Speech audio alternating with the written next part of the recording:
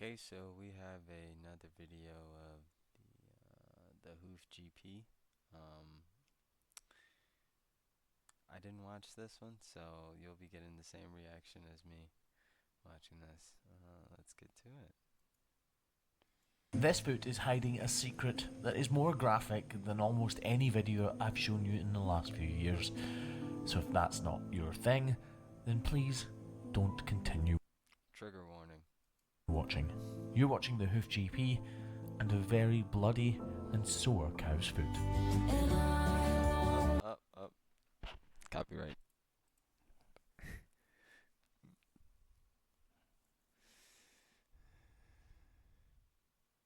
Yeah, you know, guys, I just like getting on this. I just saw it one day on YouTube. I was like, you know what, fuck it. Let me just watch some of this. See how it is. And cameraman Graham were out on their own. I was fortunate enough to be celebrating my 10-year wedding anniversary overseas in the Maldives with my gorgeous wife Ashley. As you can see, these guys were set up just outside of a shed, and this cow was giving Craigie boy some real strife trying to get her into the crush. These cattle can weigh upwards of 400 kilograms, so when they want to be stubborn and need to be pushed, it's seriously a stressful job. Anyway, in she goes and up she goes before getting her feet lifted into the air so that Craigie boy can have a look at the task ahead of him. We have got to the point where literally anybody can build a fully working app without knowing how to code. Bullshit. This is base 40. See, taking a look at this foot, I can't actually see anything wrong with it. I could start trimming away and find something, but right now it looks perfectly fine. And as for the other foot, that looks also really good. Right, let's start trimming and see if we find out. So as you'll hopefully have noticed from that little sound clip there, they are trimming outside and there's a lot of wind noise, so I'm going to voice over the vast majority of this video. Craig is right though, these 2 feet look to be in reasonably good condition, but we all know that she is lame on one of them, and it's most likely that she's lame on this one because she's putting more of her weight through her back right foot, meaning she's avoiding putting this one on the ground fully because obviously it's hurting. But as you can also see, nothing obvious is transpiring very quickly at all. That outer or far away claw is much bigger than the inner claw, so it stands to reason there's something going on there. Thinking this could be a problem, but I'll deal with everything else first, then address this. So I'll just model out.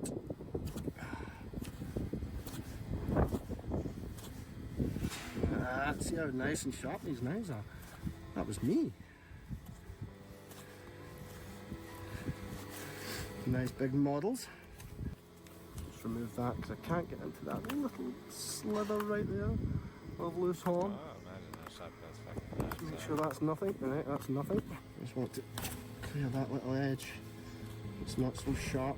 Craig is spot on here. He's ignoring the problem, balancing the feet out first and modelling out before looking for the issue. Okay, I don't see anything here, so I will have a look here. To me, Craig is absolutely bang on. These black cracks within the white line are clearly where the problem is, and we're all just about to find out, very visually, the true extent of this issue.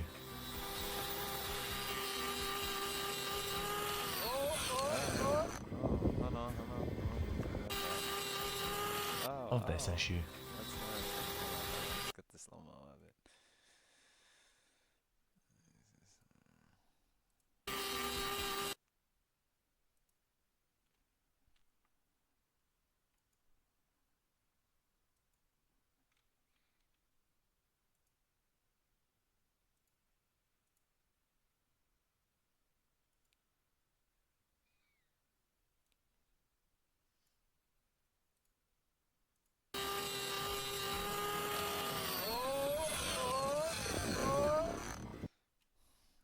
Nasty.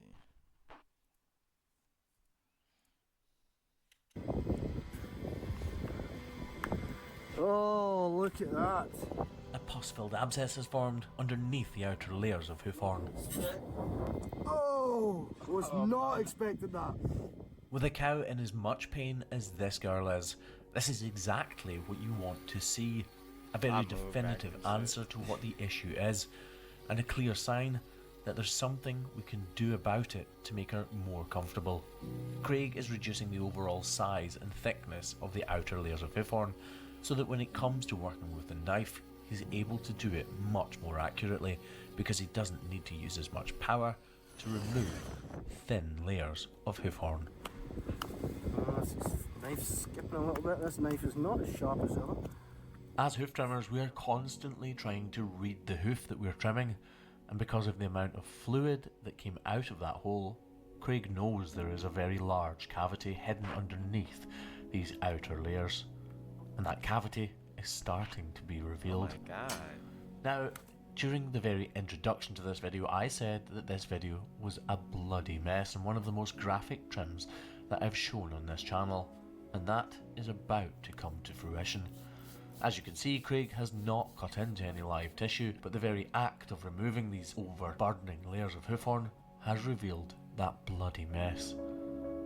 He's going to be as careful as he possibly can in flicking his knife underneath the detached hoof horn and peeling away those outer layers, but inevitably he is unveiling raw and open tissue, and with that, blood.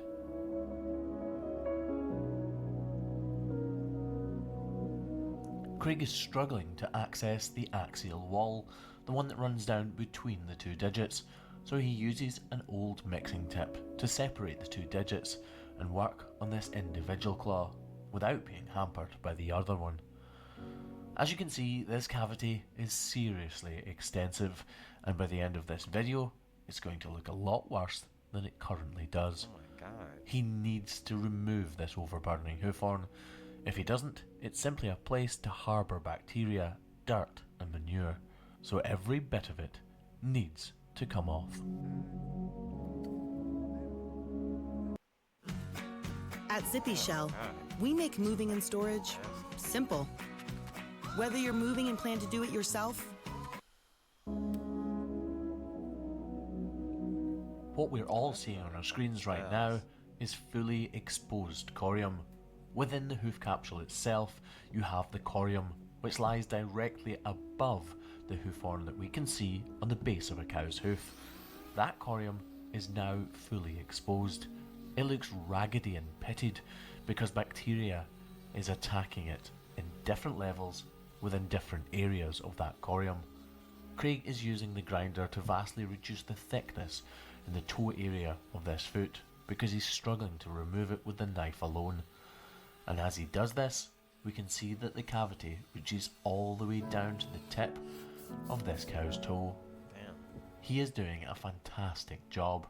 Yes, there is blood, but that blood is not from any part that he has cut open himself. He's even making sure that he reduces and removes every shred of detached hoof horn, like he's doing it right now. If he were to leave that, it would hamper the cow's ability to regrow hoof horn in a perfect way. The hoof horn would be compromised, and this problem would just happen all over again. Now he's going up into the axial wall area of the hoof, making sure that these cracks don't have the inclination to keep cracking and extend even further up into the foot. That is as far as I can go with that. I'm going to bandage it up, block on here, and that'll about do it. And hopefully we'll see it again next time, and hopefully we'll see a dramatic improvement. I'm positive we will have, because it can't be any worse. But yeah, so let's get it bandaged up. I personally, for one, can't wait to see the revisit on this cow. Mark, the guy who works at this farm, is fantastic at representing tough cases like this for us. It's also a fantastic learning curve for people like Craig. It incites confidence if you've done a good job, and you can learn from your mistakes if you haven't perhaps done a perfectly executed trim.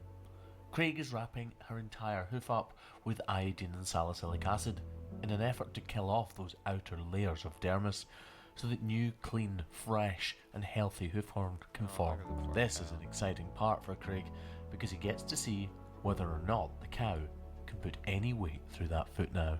And as it would happen, she most certainly can. She is not walking perfectly, but she is bearing weight through that good digit because of those blocks, and I'm confident that when we return to see this cow's foot, there will be huge improvements. Get in the crush and have a look and see what's going on. This is Craigie Boy TV. Oh, no, sorry, this is the Graham. No, no, wrong again. This is the Hoof GP. No, sorry. I'll do that. This is Craigie Boy TV. No, sorry. This is the Hoof GP. You gotta do that, Gala. Don't laugh. Right, wait. This is Craigie Boy TV. No, no, sorry. This is the Hoof GP. If you're serious about landing a legit remote job right now, stop. That's wild. Okay. Well. Do we do another one? Nah, we're gonna end it for today. We're gonna keep it short.